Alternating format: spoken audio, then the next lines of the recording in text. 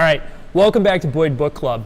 This week we are going to go through Chapter 2 in Osinga's Science, Strategy, and War. And what Osinga is looking to do here is sort of guide us through the defining moments that have shaped Boyd's thinking. And ultimately what this does is take us through where Boyd comes up with the foundational material that helps build out his briefings, his work on destruction and creation, and ultimately becomes a discourse on winning and losing. What this does is trace Boyd's career from flying fighters through his design of aircraft, his interest in military history, and the research that grows out of this. Ultimately, what this is looking to do is sketch a path for us to understand Boyd, where he has come from, where he is going. What Osinga sets out to do, and what we need to understand, is sort of the seeds of Boyd's thinking. How Boyd comes to view the world the way he does, and as a result, develop the strategic thought that he has.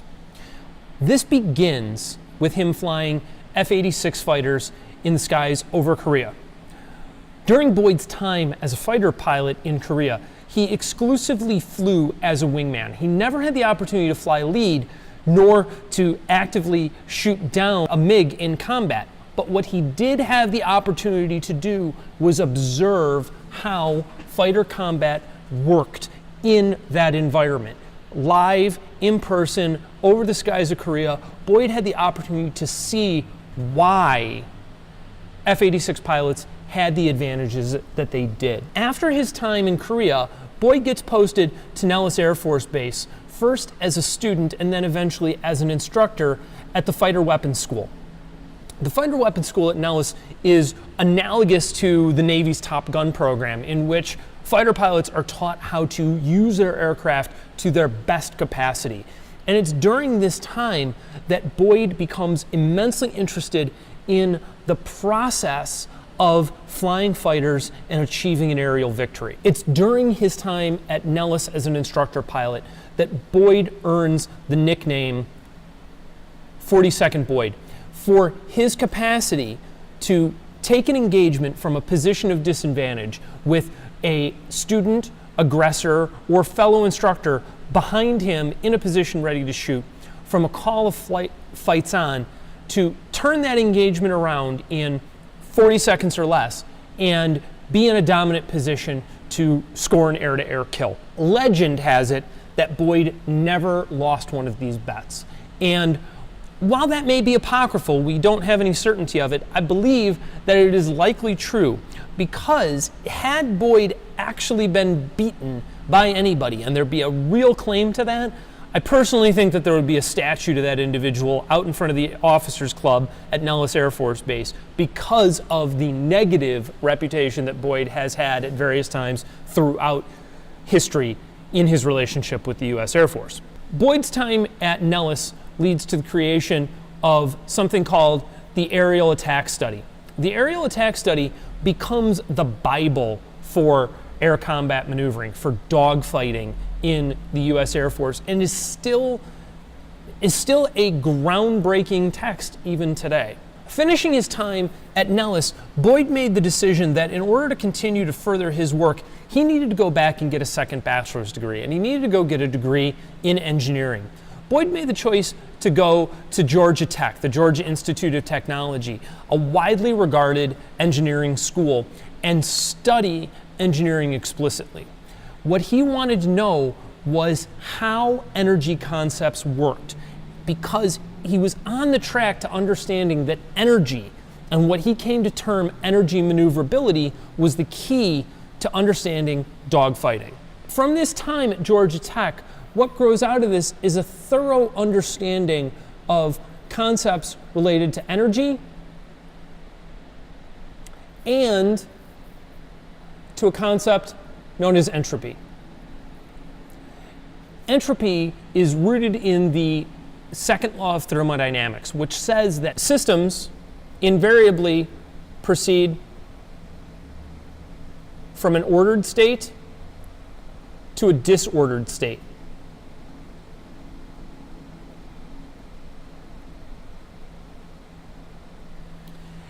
Entropy as a concept is going to become critical, not only to Boyd's energy maneuverability work, but also to his eventual strategic thinking. So this secondary degree in engineering from Georgia Tech leads to Boyd being assigned to Eglin Air Force Base down in Florida as an engineer. And it's here at Eglin that he begins to develop his energy maneuverability theories, using stolen computer time ultimately from the US Air Force, and publishing that research in a way that then shapes the development of US Air Force aircraft for years to come. Ultimately, leaving Eglin, Boyd is assigned to the Pentagon as part of the FX fighter program. It is the FX program that leads to the development of the F-15, the F-16, the F-18, and the A-10 aircraft. It is in the development of the A-10 as a close air support aircraft that Boyd begins examining ground warfare and strategic theory as it applies to fighting on the ground. So during Boyd's time in the Pentagon, he begins looking at and trying to understand ground warfare. During this time, working in the FX program, Boyd is studying more and more. He's reading strategic thinking.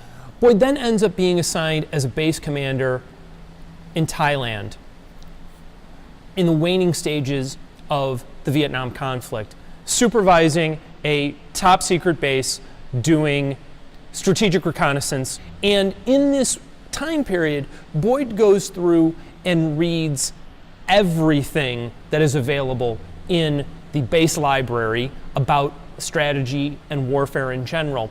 And he begins a backwards learning process, a backwards study of warfare from his current time in Vietnam going back centuries. What emerges from this study is sort of a warfighter's literature review, and three texts become very essential to Boyd's thinking. Not in order, but perhaps in importance. The first book that begins real questions for Boyd is Clausewitz's On War. Clausewitz's thinking is seminal, is critical to understanding the tactics of World War I and the view of war by attrition as critical. Something that Boyd learned from in reflecting on Clausewitz was the strategist B.H. Littlehart's work studying World War I and World War II. Littlehart ultimately discusses strategy from the idea that war cannot be simply a static war of attrition, that this leads to a destruction of resources, men, and material that is inefficient, ineffective. War, rather, needs to be a mobile, adaptive enterprise. And it is from this dialectic, this discussion between Littlehart and Clausewitz, leads Boyd to a much deeper exploration of the literature on warfare and an ongoing quest to understand ultimately what has happened in Vietnam. This brings Boyd to sort of his intellectual, conceptual grandfather, Sun Tzu, and Sun Tzu's Art of War. So in trying to understand Vietnam, Boyd has begun this backwards process, this backwards learning process, studying strategy and strategic thinking, going from the Vietnam era backwards all the way to Sun Tzu's time. And in doing this, this retrospective study allows Boyd to see how patterns of conflict emerge. And these patterns show him not how technology changes warfare, but what remains consistent. And it is the consistent themes in warfare that show long-term success, long-term effectiveness. It is these patterns that lead to Boyd's understanding of strategic thinking and his briefing, Patterns of Conflict. Patterns of Conflict is a retrospective study. It is his literature review and his discussion of these critical warfighting texts. It's worth remembering that his paper, Destruction and Creation, predates his Patterns of Conflict briefings. However, Destruction and Creation is ultimately about systems thinking, whereas Patterns of Conflict is more explicitly about warfighting in general. These two texts form their own dialectic relationship that is essential to understand if we're going to understand Boyd and his thinking. I want to take a moment here and discuss dialectic and dialectical thinking. Dialectical thinking in this context and in the way that we're going to discuss it is really is something that we see emerge from the German idealist philosophical tradition. And the terminology that we are going to use in discussing dialectical thinking throughout our study of Boyd, and that Boyd in many cases uses himself, is actually the creation of a German philosopher by the name of Gottlieb Fichte. Fichte is the generator of a notion that becomes regarded as thesis, antithesis, synthesis. And this concept, this thesis, antithesis, synthesis concept, is often attributed to Hegel. And Hegel will be a thinker that plays a critical role in Boyd's work and Boyd's thinking. However, ultimately, this dialectical model that is often attributed to Hegel is in fact Fichte's, and it's worth realizing that at the outset. Regardless, all of this thinking is ultimately rooted in the idealist tradition of Germany in the late 1700s. This is going to become important as we move forward. So as Osinga continues his conversation, the seeds of Boyd's thinking are then planted in fertile soil. And this fertile soil is the post-Vietnam era, right? Osinga is talking about the climate both politically and within the military of the post-Vietnam era, and how agents of change both within government and within the military are recognizing that Vietnam has all the negative implications of World War I, the immobility, the static nature of World War I, but it's simply been serialized.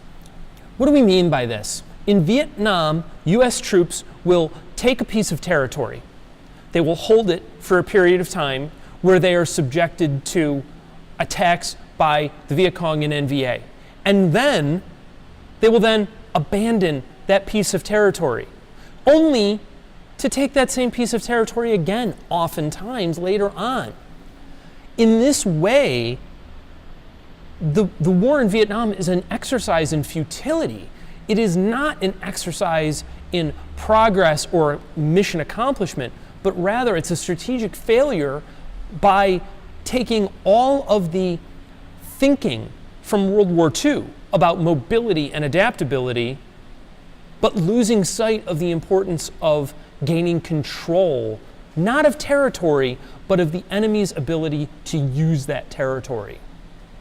It is out of this post-Vietnam reflection that we see the birth of maneuver warfare. Maneuver warfare is ultimately a return to German blitzkrieg notions and the idea of lightning war, the idea of taking territory and removing the enemy's ability to use it through isolation. Marrying blitzkrieg theory with really incredible aerial capacity leads to something that becomes known as the air-land battle concept, or maneuver warfare. And it's this synthesis of air and ground assets that fascinates Boyd and drives so much of his thinking. Through this process of intellectual development, of reflection, of considering ground warfare, the air-land battle concept, maneuver warfare, and all of these things coming together, Boyd really emerges as the strategic thinker that we know him as. And in this way, he codifies through the discourse on winning and losing his modern conception of how to wage war in a strategically viable and successful manner. What comes out of this is the plan for Desert Storm, which ultimately, according to then Secretary of Defense Dick Cheney, is credited to Boyd. Boyd is foundationally responsible for what becomes this end-around movement that happens in Desert Storm. How does Desert Storm happen? How does Desert Storm unfold? We see a long period of air warfare used to soften up strategic and tactical targets in Kuwait and southern Iraq. This disorders and demoralizes the Iraqi army. The psychological battle is what happens first. Then, using a series of deceptive maneuvers to make it seem like the Marines will be launching an amphibious attack to come ashore in Kuwait, the Iraqi army becomes bogged down and holds a fixed position on the coast at Kuwait, Basra, and around the southern end of Iraq. This maneuver, this deceptive action, is what allows U.S. and coalition forces gathered in the Saudi desert to make this end-around attack, avoiding the area of Iraqi concentration and strength, cutting off their supply lines and their ability to receive command and control from Baghdad, and keeping the Iraqi military pinned down in an area where the U.S. and coalition air is able to extract significant damage in men, material, and resources. It's this plan that leads to the 100-hour or less ground war in Iraq during Desert Storm. Desert Storm then is ultimately the vindicating ground, the proving ground for Boyd's strategic theories about maneuver warfare, deception, and fluidity. So in Chapter 2, Osinga is giving us this broad picture of the development of Boyd's thinking and how a man who started off flying fighter aircraft becomes a grand strategic thinker. He gives us an understanding of both the seeds and soil for the conceptual framework that underpins Boyd's work. As we consider and study Boyd, recognizing this foundation, these seeds and soil become essential. As we move forward with our Boyd Book Club project, we're going to continue the process of literature review and the things that lead to Boyd's understanding that emerges in a discourse on winning and losing. Next time, we are going to sit down and we are going to discuss the scientific frameworks that form the underpinnings of Boyd's thought on that front. The synthesis of all of this is what leads to Boyd's conceptual frameworks. I want to take a second and thank all of you who are Patreons for helping support the development and creation of this content. Please, like what we're doing, share it. Let people know the opportunity exists to participate in this conversation. If you have comments or questions about the work, want to discuss the work, please do so in the comments on the Patreon page. That's the best place for us to do that work. As always, thanks for taking some time out of your day. I'll see you soon. Cheers.